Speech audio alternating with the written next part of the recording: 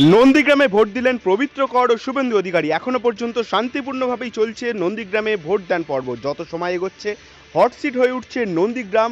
ইতিমধ্যেই আজকে সকাল থেকে লম্বা লাইন, কার্যত যত বেলা বাড়বে গরম বাড়বে, তাই জন্য গরম এড়াতেই সকাল থেকে নন্দীগ্রামে ভোটের লম্বা লাইন। বার্তা একটাই, পরিবর্তন আনবে।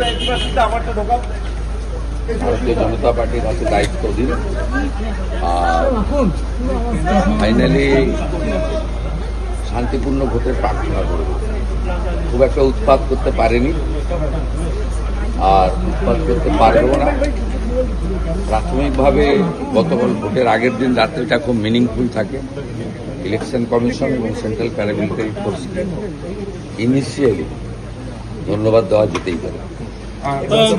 हमेशा ये ट्रेडिशन रहा है कि आप जब भी वोट के लिए निकलते हैं तो वहाँ को प्रणाम करके निकलते हैं, तो आज सब हो गया, सब कंप्लीट। भगवान का प्रणाम, गुरु जी का प्रणाम, सब हो गया।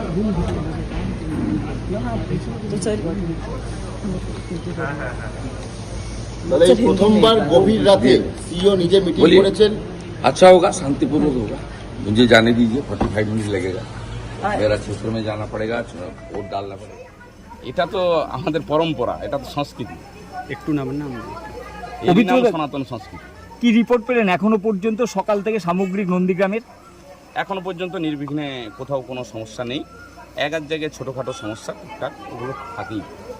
গতকাল রাত থেকে কেন্দ্র বাহিনী বিভিন্ন তৃণমূল কংগ্রেসের নেতার বাড়ি বাড়ি যাচ্ছে, রেড করছে, এমন খবরে উঠে আসে, কি বলবেন? গতকাল নয়, আজকে 4 দিন, গত 4 দিন কেন্দ্রীয় বাহিনীর তৎসহ বিজেপির বিভিন্ন ক্যাডার সংঘবদ্ধভাবে বিভিন্ন জায়গায় বিভিন্ন ঝামেলা করেছে। সাধারণ কর্মী, তৃণমূলের কর্মী সমর্থকদের উপরে আহত করেছে, আঘাত করেছে, বাড়ির ঘর ভাঙচুর করেছে।